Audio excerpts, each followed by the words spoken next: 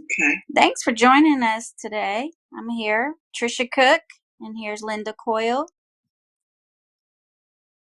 Hello, everyone.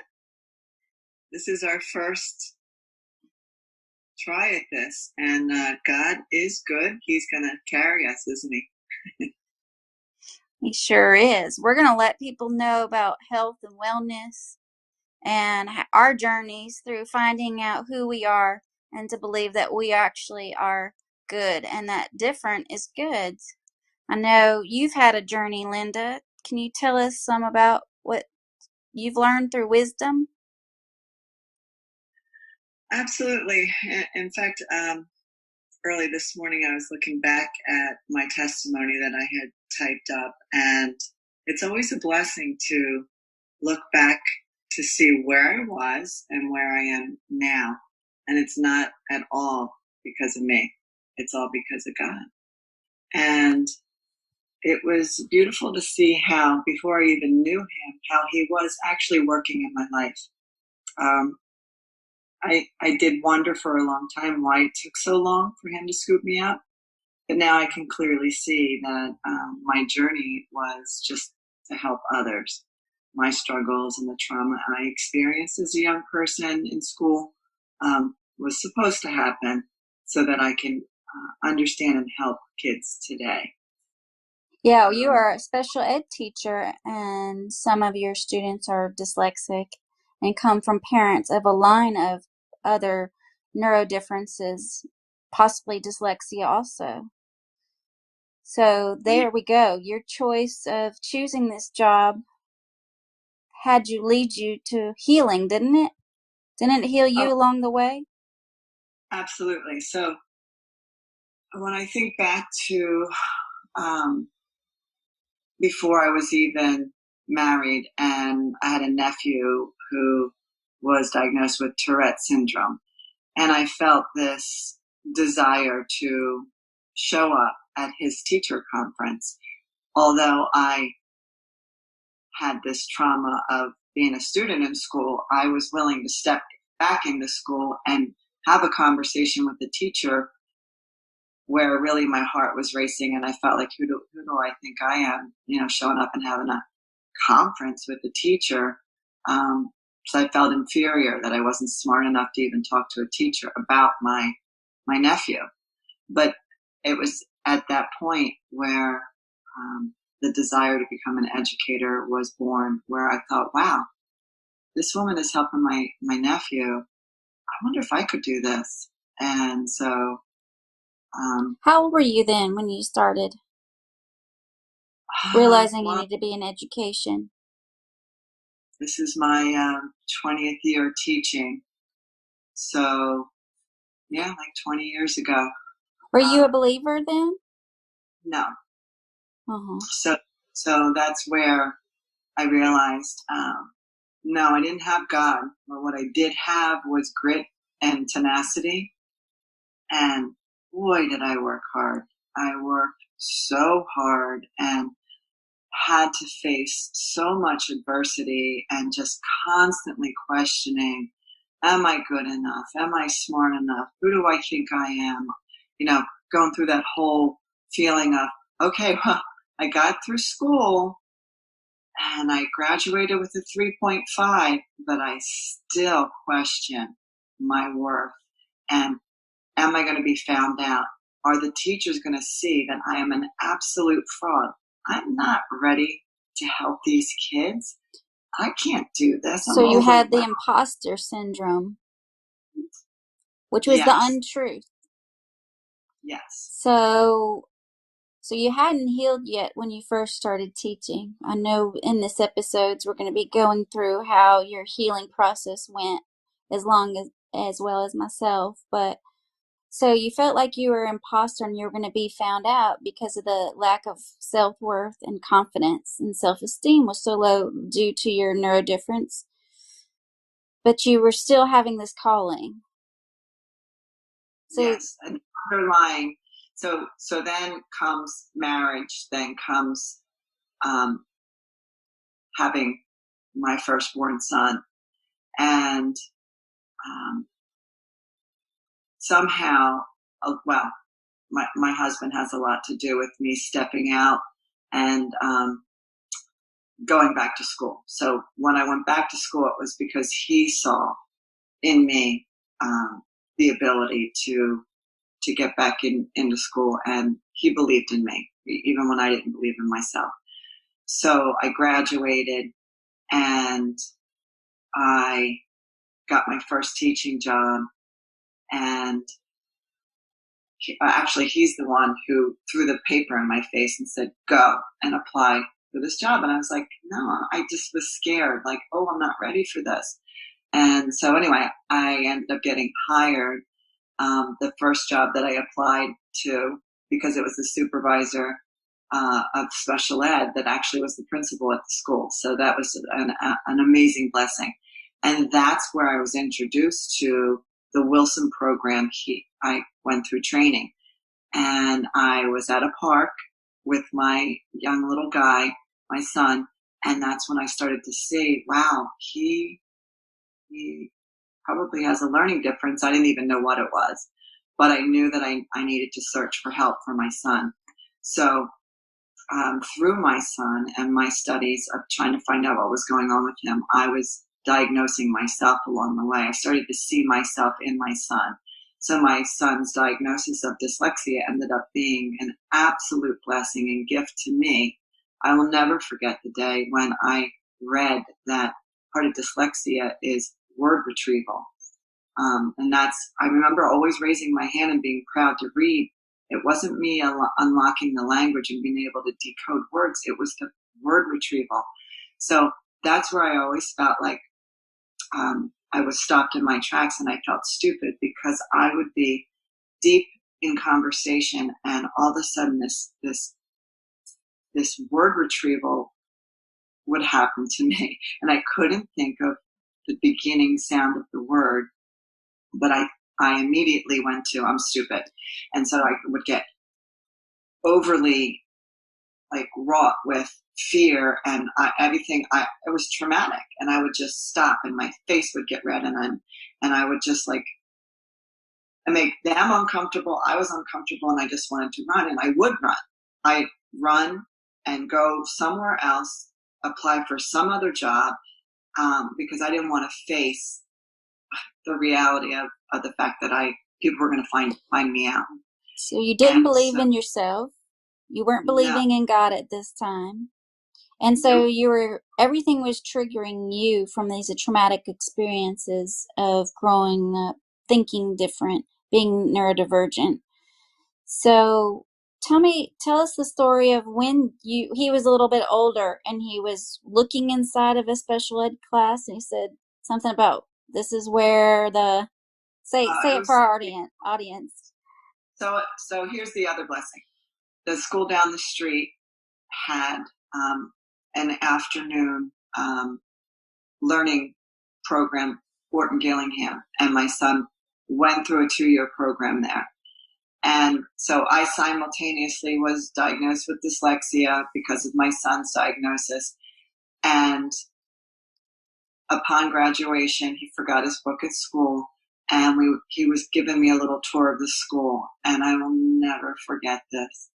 He turned and he looked, he said, and this hallway is the hallway where students go whose needs have not been met yet.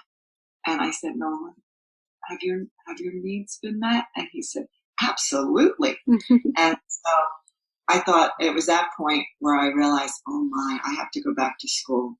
I have to face the fear of going back to school again, knowing how hard it was. Was this after the Wilson training? Yes, this is after the Wilson training, and I realized I have to go back to Fairleigh Dickinson, a very prestigious school, and go through a program that they run while I was interviewing for the position to be able to actually get accepted for the scholarship in order to go to school and do what they did for my son and be a teacher there at the learning, what was it called? It was a learning center, Dyslexia Learning Center. I had to, I forget what I was saying. What was I saying? So when you were visiting there and you realized this is still your calling, you hadn't completed everything? Yeah, I applied for the program and I got accepted. And Lord, help us. What did you want me to say next? I forget where I was going. I was getting excited because it's so exciting to see how God was working all along, right? And so I got accepted into the program. And I think I need to say here, I still didn't know the Lord. And it was extremely challenging because it was work. God wasn't with me. God wasn't filling my brain with wisdom. I would stay up until 2:00 in the morning, 3:00 in the morning, get up and teach. And I just was exhausted. So I ended up graduating. And it was exciting that I did it. It was a 2-year program, right? The second it's a good one? program. And they told me that if you didn't have a strong relationship, you might end up divorced. That's how serious the program was. So I ended up with knowledge that no one could ever take from me. And it was exactly what my brain needed. So I was healing along the way. I was learning the way I was supposed to be taught. And so it all made so much sense to me. And I saw this clear path. But here's the sad part. Here's where trauma happened again. So now I have an opportunity to stand up in front of my family, my 2 young boys, the people in charge, make them proud, the parents of the students that I tutored. I'm going to get up there and speak about, but I couldn't. I had this like ruminating thoughts of word retrieval, and I'm going to stumble, and I'm not going to be able to say what I want to say. And sure enough, our listener needs to know that dyslexia affects not only reading and writing, but also speaking. yes. And so here I'm standing, the beautiful student standing next to me, and all I could say, tapping him on the head, was that he's a nice boy. That's all I could say. My husband had the camera. He's shooting the flash, like, wake up, come on, you got this. You can say what you want to say. And I'm like, I can't. So something in your mind was triggering shame. You're still feeling shame at this point because shame is shut down. Complete shutdown. Complete shutdown. Heartbroken. And I looked over at the director of the program, and she looked at me with disgust, like, ugh, gosh, you just totally made us look bad. So you felt bad when you were a kid and people were viewing and recognizing the difference of your learning and theirs. And then now as an adult is acting disgusted. I know the feeling. So the shame increases, huh? Here I am. Went through an amazing experience and it was totally diminished in that one moment when I could have celebrated someone that I wanted to celebrate, my 2 students. And in front of my whole family, I looked like a fool. And I mean, fast forward, I did ask my boys if they remembered it. And I was like, no, I don't even remember being there. So thank the Lord that they don't have that vision of their mother. But anyway, so now I'm in the school system. I'm working hard. I'm tutoring kids. I'm still working hard as a mom, as a wife, as a sister. What I did have, and I guess God gave it to me, was the tenacity and the grit. And that is part of, isn't that one of the... Yes, very much so. Neurodifference. Thank the Lord for that, right? And then one day, a colleague tapped me on the shoulder and asked me to go to church, and I needed to know why. Like, why are you asking me this when just last night I finished reading a book called Miracle Morning, and within that book, who's the author of that? I want to give him credit. While you think about that, I want you to think about something I've been studying and researching myself. Do you feel like your neurodifference in a way brought you further from God because of all the anger and shame that you experienced?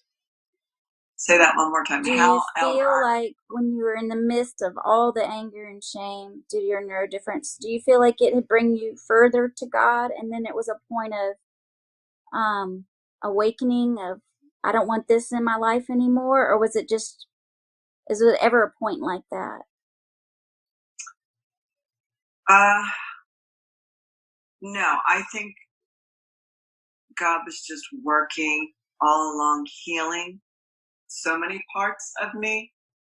And then I finally came to the realization that, I mean, it was just last year that the public speaking fear was completely removed when I decided that I was going to do my daily hope. When a colleague who was brought into my life, I believe God brought her to me, just said, you can write a book, you can public speak. I'm like, no, I cannot. Are you kidding? No, I have this underlying, unbelievable, sickening fear of public speaking. There is no way on earth I'm ever going to do this. And she asked me to just do it and save it on YouTube, and then when you're ready to let it release, go ahead. So you believe it's just all along in the process of healing that you got closer to God, that you never were far from, but you just didn't know Him. Is that what you're saying? Okay, go on with when you got to, your friend invited you to church, and then I interrupted you when you were trying to think of the wonderful sermon. That's his book, Miracle Morning. So he had me measure all the components of my life. And when I got to spirituality, I was a 3, like out of 10, and that really bothered me. I wanted to know why. I don't understand. So she asked me to go to church the day after. I got you. A book was put into your hands that really had you to think, and then you got an invite the next day. That one that's unexpected. Unexpected, and I wanted to know. It's like, she said, oh, I just felt this urge, like I felt prompted to ask you. Fast forward, I walk into church, and immediately my knees got weak. I started to cry, and I asked my friend, what is going on? And she said, Linda, it's the Holy Spirit. And this is comical. I'm crying and you're crying.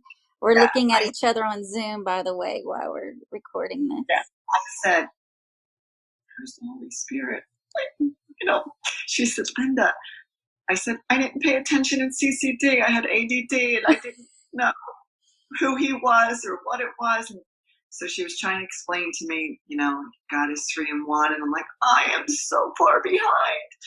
And so anyway, from that point forward, I couldn't get enough. It was so real and so powerful. That whole summer, I cried and I cried and I cried. It was like he was just completely cleansing me. I'm not a napper. I took naps all summer long. And he's just been working in my own life every single day moving forward. To get our listeners caught up, Linda, like myself, has a neurodifference where she was far from God, wasn't a believer. She had things set up perfectly in life, all in her plan to get to know Him and to heal. So this is where she is now in her healing. And I met her when she was doing her Facebook video live on hope. So what I've done a lot of research on in spirituality is finding that hope heals anger the most. And it's the anger that's not recognized that leads to shame. So somebody said you need to start writing. You need to get out there. You need to get that in public. And you chose hope of all things. So can you summarize a little bit of hope, how it's important for you? Well, first, I think I need to say that I don't get emotional. It's okay. That is the part. That's the blessing that I am so forever grateful for. And every single day I wake up with hope and burning desire to move and go on, but not based on my strength, based on exactly what God wants me to do.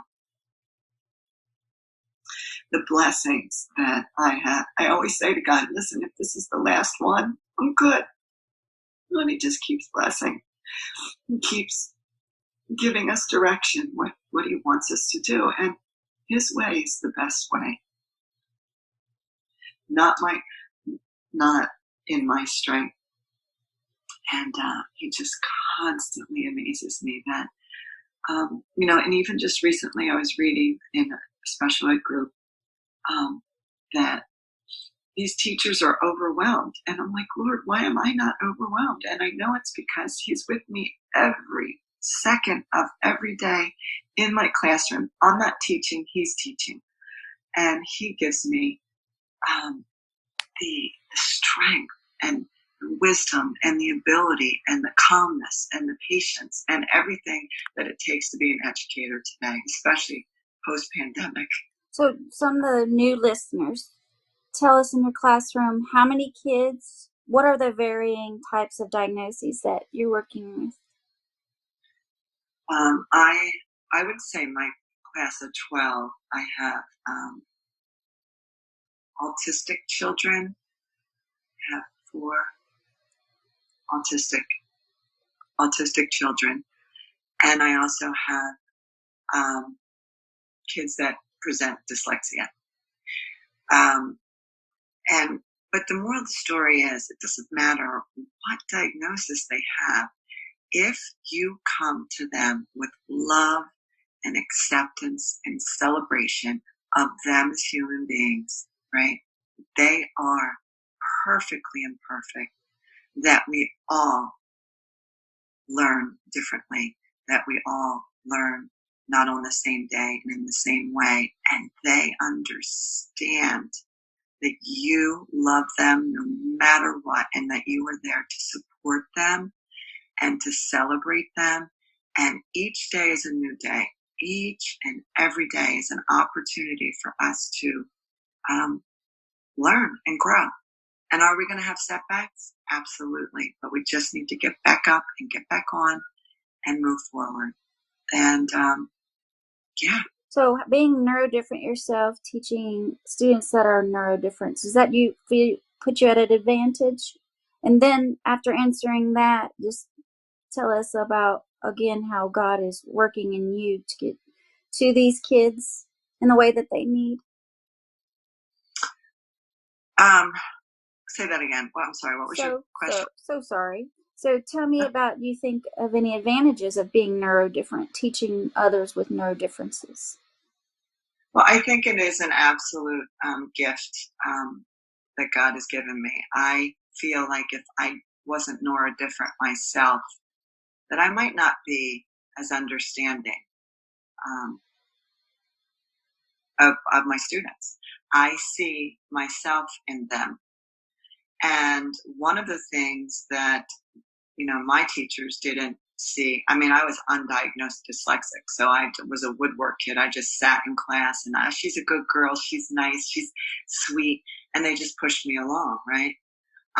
And so I sat there in fear that they were going to find out that I was stupid, and they just pushed me along. And that's the way it was. There's no teacher that took any interest in me. No one that told me what I was good at or not good at. They didn't know me. They just knew that on the outside I looked like a sweet kid and I wasn't a problem. So we just pushed them along. And in defense of the teachers, they didn't have the knowledge that we have today about neurodifferences. So anyway, do I have an advantage? Absolutely. It is a gift that God gave me so I can help others. I truly believe this. And it is my mission to get schools to understand that this old way of teaching the curriculum based on what you think I should teach, it needs to change, and that I am not at all ever going to learn that because you're forcing me to learn it. My brain isn't ready to accept it, but I'm interested in this, and I want to know more about that. And so when you have an interest, you're going to learn, the curriculum, but it needs to be taught in a way that's more based on the individual and what their needs are. I think our listener needs to hear something real fast. Sorry, Linda. So if you're neurodifferent, you think outside of the box. You think of solutions, you innovate them, create them, entrepreneur them based off of problems that you find. So there's nothing, but you have divergent type of thinking. So there's nothing worse than being forced to learn something in a certain way when you're not used, you don't have autonomy, that you begin to create anger. An angry child does not learn well. A child of shame does not learn well. So what you're saying is, don't require me to teach my kids in a certain way when they only need autonomy. They only need, and I, myself being neurodivergent, only need the autonomy in this situation too. And where does trust come in with autonomy? So well, it all stems from God now that, I pray in the morning for my students. I pray for my day, and I trust that He's going to guide and open doorways and share with me next steps. Like, people say to me in my classroom, well, that was a good idea. And I'm like, I was praying to the Holy Spirit and He just gave me that idea. Like, it's not me.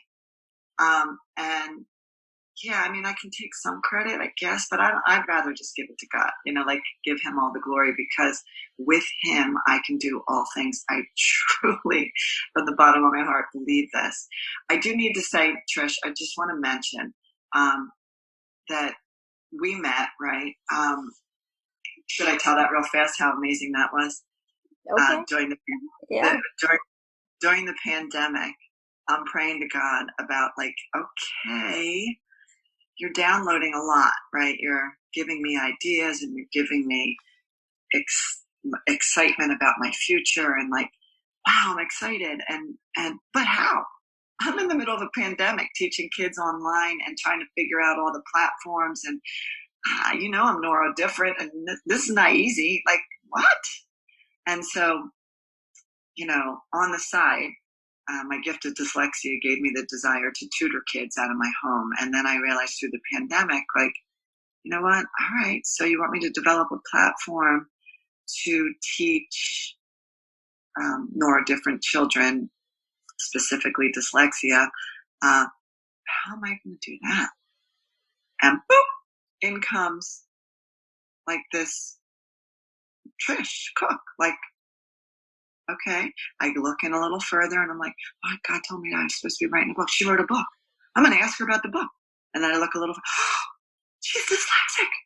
And she has a platform already. She already developed this. She's been doing it, what, 2 years? Oh my God. Like, this is such a blessing. And then she says, I've been looking for someone to collaborate with. And I was wondering, well, would I be interested? Are you kidding? Like, so from that point, did we talk like what, every single morning? Oh yeah. Like we knew each other for years. Like, God put us together. Oh yeah.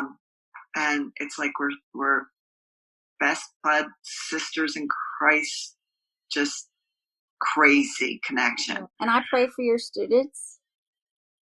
And I know you pray for me. You pray for my family. Yes. That's what sisters do. And so anyway, if I have to say, if it ended right now, I'd be happy. But I know that God has such bigger plans. Like, He's got this whole thing. He's directing us. He's helping us help not just the kids in my classroom. We're going to be helping many, many lost children who were sitting in that classroom like I was, just and adults. Don't forget about how we need our focus those for weak and weary. Let me tell my one scripture on that I want to say real fast. So could I forget? That's okay. That's okay. No, you were going there. So He gives strength to the weary and increases the power of the weak. So that's adults. That's everybody, all learners included. Because remember, we started to develop this, and then we realized, oh, stop. Where does it start? It starts with the weak and the weary, the teacher who is so proud and is so overwhelmed. And you're going to get this, and you're going to get it because my ego is needs to be, addressed. Like, I need you to get it because administration wants you to get it, and you need to get it, right? So what we realized was that the teachers need an opportunity to understand that it's not about you. It's about understanding that we're all perfectly imperfect, and that if you know the Lord and you give everything to Him and you let Him be the director of your life and your classroom and pray for your students, everything's going to be okay. And that's when so much opens up. And that weariness and that exhaustion at the end of the day is only met with, I cannot wait to wake up tomorrow and get in there and do it again. I can't say it. So this is for our new audience. Linda is a special ed teacher. She was a non-believer for many years. She was invited to church, then invited to write and give and encouraged to write and give a Facebook Live, and then now working with me on my program. So she's found hope, and she believes that the Lord now is in control of everything, in control of the classroom, and that when she gives it to Him, she doesn't have to worry and be weak and weary any longer. Sorry, Linda, I had to get some people caught up. No, that's fabulous, and that was beautifully said. Thank you. From dyslexic to dyslexic, where we think that we can't express our thoughts, but look at us. That's right. Because God is right here with us. He's telling us what to say and do. Right. So fast forward this past week, our conversation, God revealed to us the importance of how the trickle-down effect is adversely affecting education, where administrators are weak and weary as well because they are forced to do these quote-unquote observations. And the observations are met with dread by the principals, right? And paperwork, overwhelming paperwork, right? And so they have to go in and they have to observe, and they have the mindset, most of them, not my principal and vice principal. They are amazing. But they have to come in with an eye looking for what's wrong, right? So now the teacher has their back up, and they're not going to try on anything new. They're not going to step out in faith and just stumble and fall, knowing that God has them, because some teachers don't know God, and they have fear. They have fear that they're going to be found out, or not found out, fear that they're going to fail, right? So they play it safe. And so this whole mindset and way of observing teachers and doing the observations and being graded for the one moment they see you in the 365 days. Well, how many days are we in school? Well, you're only out for probably a total of 2.5 months, so just under 365 days, probably 285 maybe. Right, and so they come in on that day when, your kids are off and you're not feeling good and like everything, and then you have the fear. And so you're stumbling over your words, you're looking like an idiot in front of them, you're not being yourself. So if it changed where there's no paperwork and you allow the autonomy of the principal and the vice principal to just wander around the school and come into the classroom and get to know your students first and foremost, and then catch you in just being yourself, so they can join in and they can laugh and they can maybe even teach a lesson and let them enjoy the school, right? And enjoy our whole family, our whole school family. And so when you come to me and you celebrate my students first and foremost, and then you maybe comment to me that I really liked what you did, am I going to work harder? Well, it shouldn't be work hard, because we don't work hard. It's not hard work when you have the Lord guiding you. But can you imagine how education could change if they would just eliminate that whole I got you mindset and mindset. mm-hmm. And And I came from, celebrating the and I, kids along with you as much as you do. Because you're a so good teacher. You're a very good teacher. I just remember being in positions where it was the I got you. And it's like, oh my gosh, I worked so hard and I worked so hard. And you're going to just sit here and tell me all the bad things that I did in the lesson. And I just felt defeated, and especially when I didn't know God, just like, oh, selfless, like just so worthless. Should I go on? Should I continue being an educator? Mm-hmm. And just felt so terrible about myself. And of course, then that would trickle down to the kids because, I was downtrodden, and then my tenacity and my grit would get me back on, Mm-hmm. but boy, did that go on for so many years. And then finally, and I remember my own principal saying, "What's different about you?" And I said, "I met the Lord." And she was like, "What?" It's like, yeah, God took over. Mm-hmm. So Yeah, from learning with trauma growing up myself, being dyslexic and acquiring so much anger and shame towards my own self and my learning. I can tell you now, I've learned at an older age that you're going to have types of people in your life: the inspirers that lift you up, or the people that are mirrors. The mirrors are there to show you that you got this anger and shame that you got to work on inside. Now, I found where anger is best released with strength and that shame is best released with empathy. So I know you have less mirrors in your life with the less anger and shame that you're holding on to. And the more empathy and strength that others see, the less they require to do their job of helping to mirror. So how are you teaching empathy in your classroom? That's a big, huge buzzword right now because of the SEL need of learning. So tell us how, because you tell me some amazing stories. For our listener, Linda and I talk almost every day. yeah, so I'm trying to retrieve some of my What lessons. So about your I am statements that you have them do? okay, well, I would love to change those. I am all of these things I because of God. But we do I am statements every day, and on little sticky notes they come in, and each week they have a new I am statement. I am enough. I am peaceful.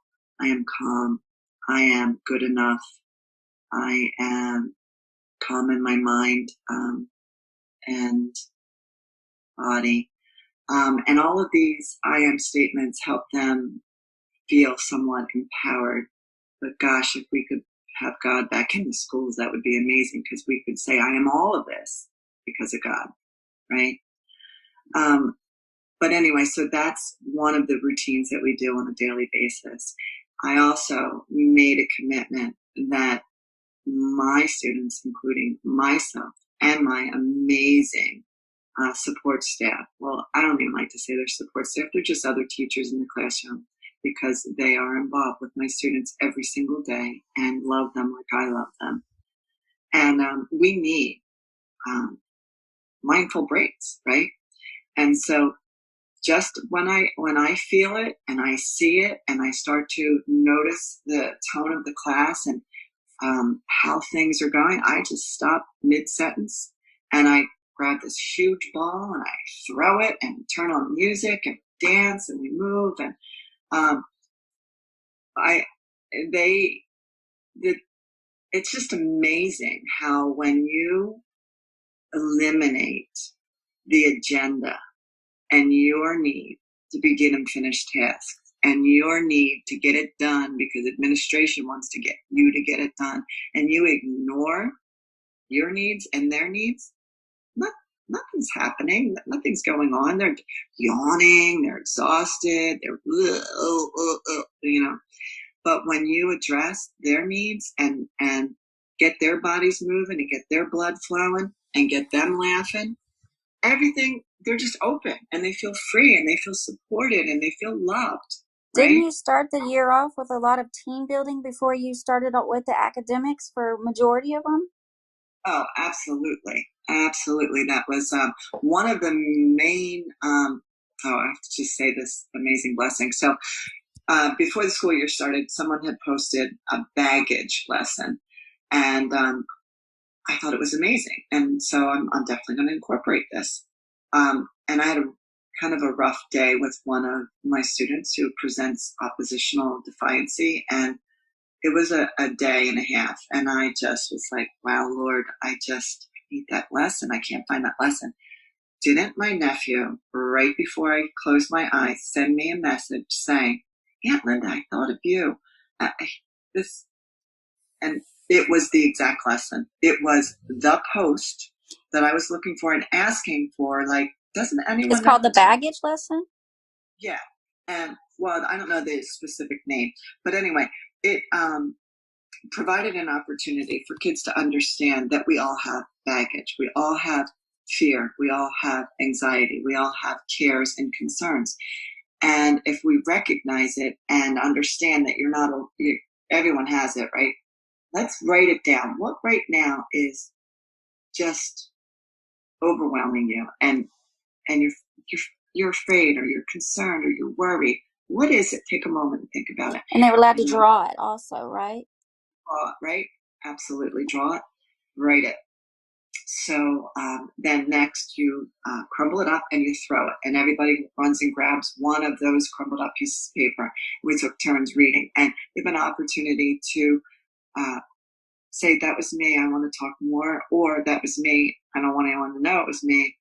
And eventually that gets thrown in. They created their own little bags, but this particular lesson, it was us together. Let's just throw it all over in this bag. And one of my amazing, twice exceptional students, who's this artist, created the front of the bag, and it's hanging on our little light switch.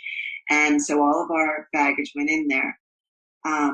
And so fast forward, one of the kids that I've had for my third year with him was always lying to himself and to us. And he opened up the other day and divulged something that was really weighing on him. And it was the most beautiful moment because he didn't keep that in. Can you imagine keeping something in? It was a very serious situation. How are you learning when you have all of this going on in your mind and you're ruminating all these thoughts, right? Let's get my listeners caught up again. This Tricia Cook and Linda Coyle were both neurodivergent, and we're trying to decrease learning with trauma like we experienced. So, sorry, Linda. Yeah, so when you address the needs, the emotional needs that we all have, sometimes students come in, or if they have a connection with the book, I stop everything and I get my speaker stick out and I put them on the podium. I sit them up and I say, "Okay, please express what you're feeling and what your thoughts are right now, because your thoughts matter, right? Whatever's in your mind matters." And so it provides an opportunity for them to face public speaking fears because they're speaking from the heart, right? Just like now, if I started to think that I have to say this and I have to say that, and they want me to say this and what, if I'm not speaking from the heart, I'm going to stumble, right? Because I feel like there's still this little fear. There's no confidence there behind it, no authority. Right. So they're up front, and the only rule that I have is that you can't finger point. You can't say, "Well, he said and she said," that kind of thing. No. You're just stating what you noticed, and you're expressing your thoughts and how it made you feel, right? When you say this, it makes me feel that, right? So they're learning these amazing skills of how to interact with people and how to stand up for yourself, right? This past week, we had this whole bullying platform, and I read books about bullying, and it provided opportunities for, like, one of my kids got up and said, "I feel the same way that Augie felt in the book Wander." And I said, "Please explain why." And he said, "Well, when I first came to this country, I didn't speak English, and everyone assumed that I was deaf. And so they started treating me in terrible ways. I can't tell you how many times I went home with terrible feelings because I was being bullied. So he got to say, wow, I feel like he did, but I overcame it, right? And but I have to tell you, I witnessed the trauma that that poor little boy experienced, and he in turn decided to fight back. He said, all right, another year went by of this happening to him, and I decided to fight back. And now he's starting to realize that that way is not the way, that to forgive them, that he's starting to understand that hurt people, and that he's hurting people in class because he was hurting, right? So we have to heal first, and we need to forgive, and we need to give grace. We talk all about that, and understanding that, you know what, you've done that before too. Do you want to be condemned for that? So let's just forgive and get back to what's good so we can get back to learning, right? But anyway, what I want to say was I experienced the trauma that came into his little face when I said, you know what's going to be beautiful? The day that you see them again in high school, because right now he's in a different middle school, right? And they're in a couple different middle schools across town. Well, when they go to the high school, they're going to meet again. And he said, I'm going to meet them again? Like fear. And I said, yeah, you're going to meet them, and you're going to be the leader, and you're going to forgive them, and you're going to be free. You're speaking life into your children, but yet, you're not allowed to talk about God in schools presently. So you're speaking life into them. That's what you were doing. Now, he did mention God to me, and I am allowed to speak to God about God if he speaks to me first. Mm-hmm. I believe God got him to say that. So I said, you know what, does it really matter what everybody else thinks? You know in your heart what's right and wrong. So just do what you know God wants you to do, and everything will be fine. Mm-hmm. Okay? And if you stumble along the way, we're going to forgive you. It's okay. So long as you don't do it again. You just got to realize that there's those boundary lines too that they know are pretty clear in my class. It's like, I'm forgiving you, but just don't do it again. So you have set content and skills to meet during the day, but you take your time to listen to the students to decrease. What is so important for the neurodivergent mind is disparagement. That's people looking negative upon your opinions or thoughts. So you really listen to them, and that's the biggest lesson of all, is confirming and saying back to them what they need and what guidance and wisdom that you could give them from your age and from the experience that you had, but to also listen at the same time in the classroom. Yes, I have to say this is what's coming up right now. So I have one student who has ESL, and upon initial assessments, and that's a beautiful thing. So not only did we assess their academics, right? We assess their social, emotional well-being through their finding out their gifts and their strengths. And that is a missing link right now, because I did get this little bit of like, all right, I took a lot of time doing that, and now I am going to be observed soon. You know what I mean? So I had to get the academics up and running. So did I provide the time for me to sit with my students and say, listen, I uncovered that this is a gift of yours? No, that is a missing link. Because you knew that impending observation was coming, where they want to see academics and content. Now, if they had been involved in the whole process of the classroom and seen where you had done these very important SEL, that social emotional learning aspects of assessment, which is the most important need for them, that they would have been okay with it. But it rushed you, sounds. But we've already talked about how observations in the classroom need to change. But I just had to bring that up again.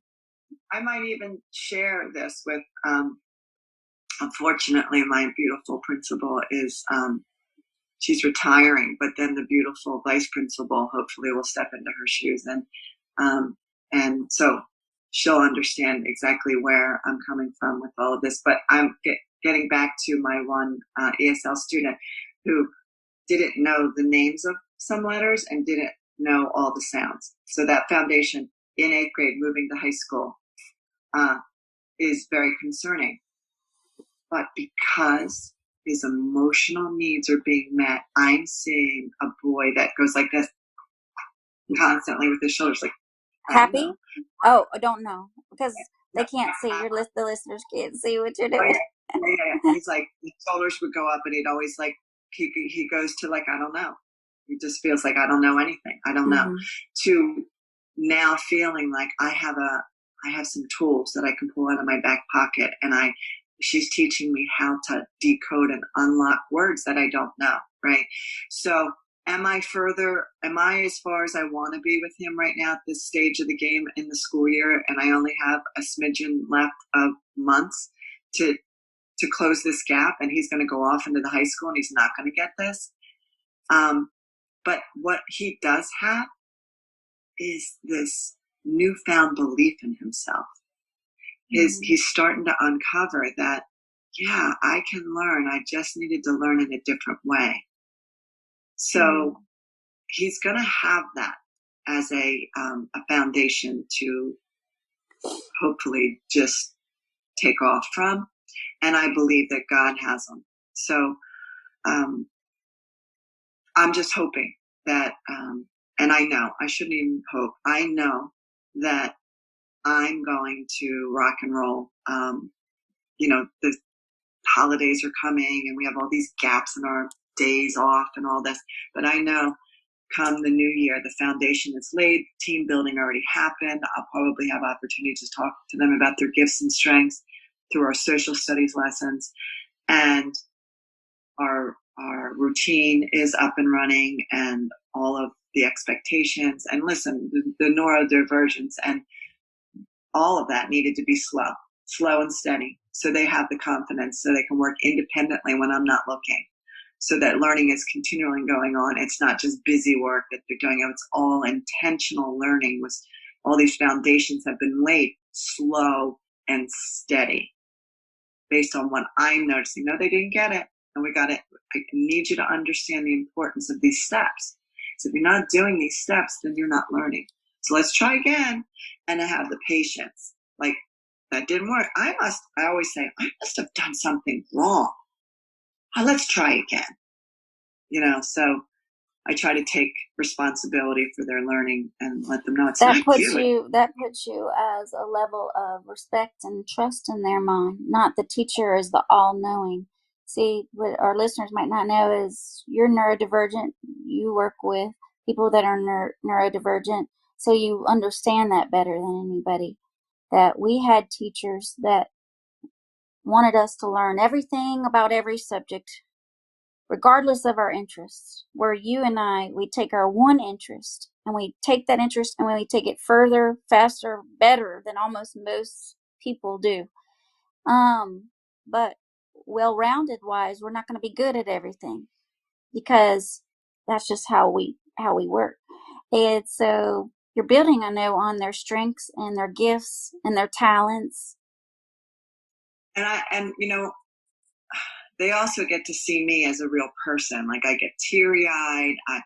And so this whole past week with bullying, I was healing with them. I was like, oh, this reminds me of when I was your age and this happened. And they were like, what? That happened to you? And a teacher that was in the class, this is Coyle, I feel bad for you. I was like, it's okay. I'm healing. I'm good. You're a real person. I was traumatized, which blocked me, which made me realize too.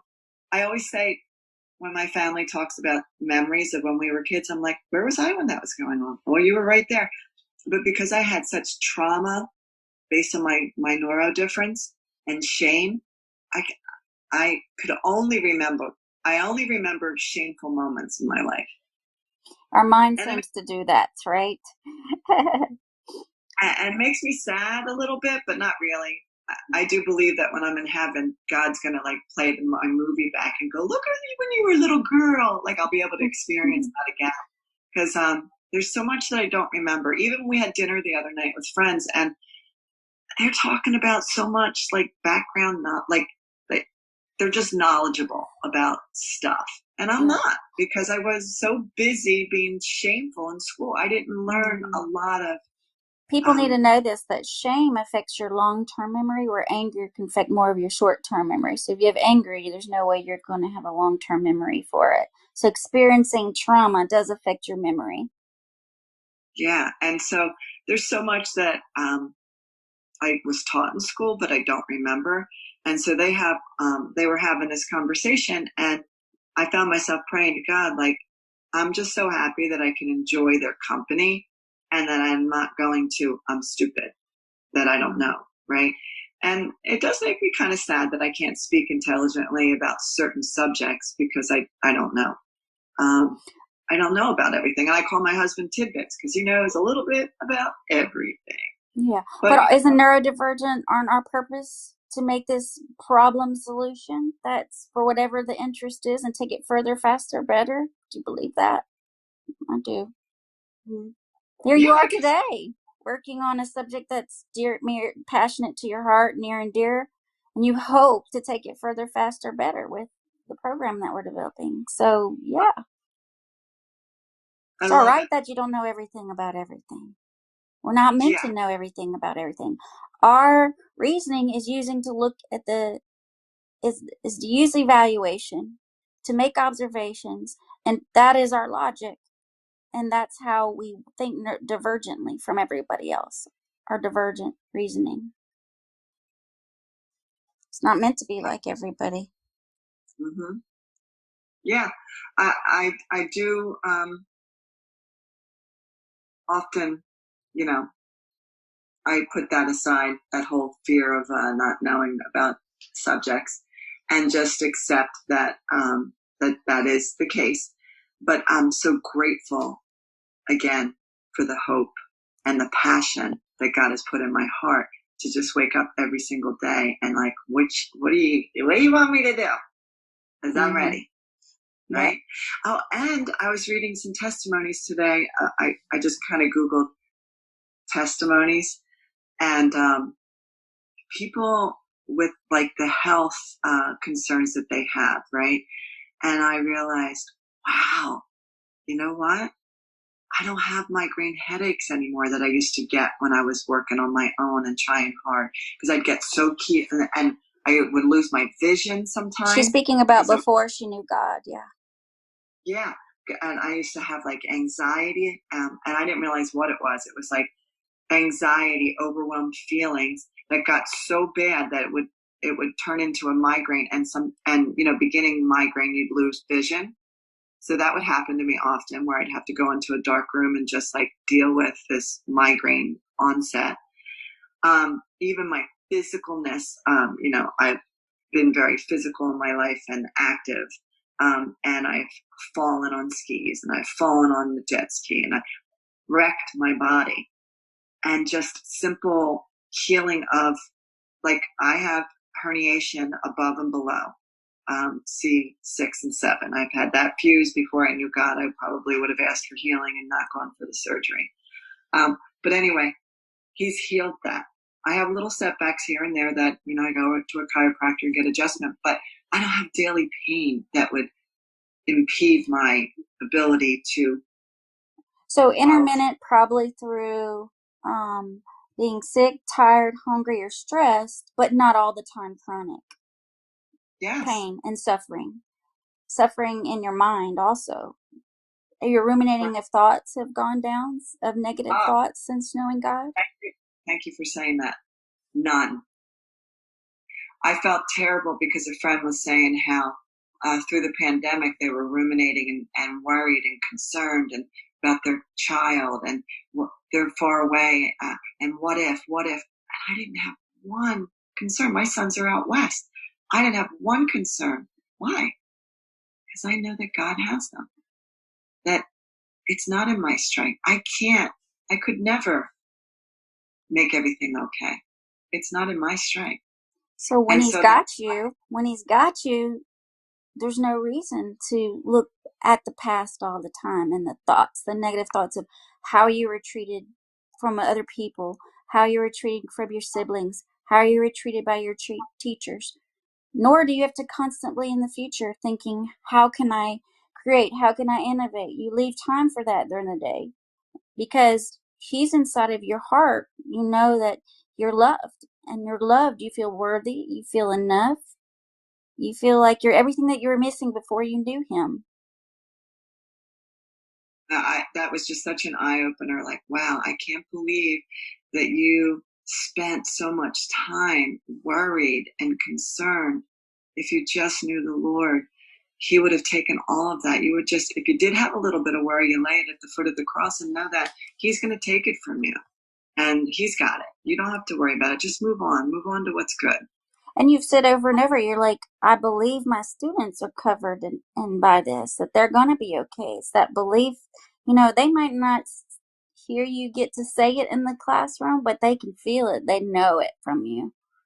I know they do, because they're... Listen, Friday before Halloween in the past, before I knew the Lord, was so chaotic and I hated it.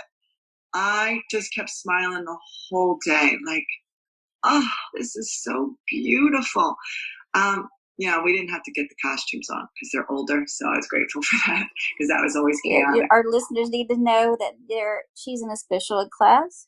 She's got neurodiversity, and there's about 12 of them with varying diagnoses, and she offers them hope. She speaks to them and covers them in hope and prays for them daily. But I'm going to have to go. We'll see our listeners hopefully again soon. Yeah. No, absolutely. So we can just continue to talk about hope for the weak and the weary. That's right. Okay. Appreciate you, Linda. Oh, I appreciate you people more. listening. Okay. Bye-bye. Bye.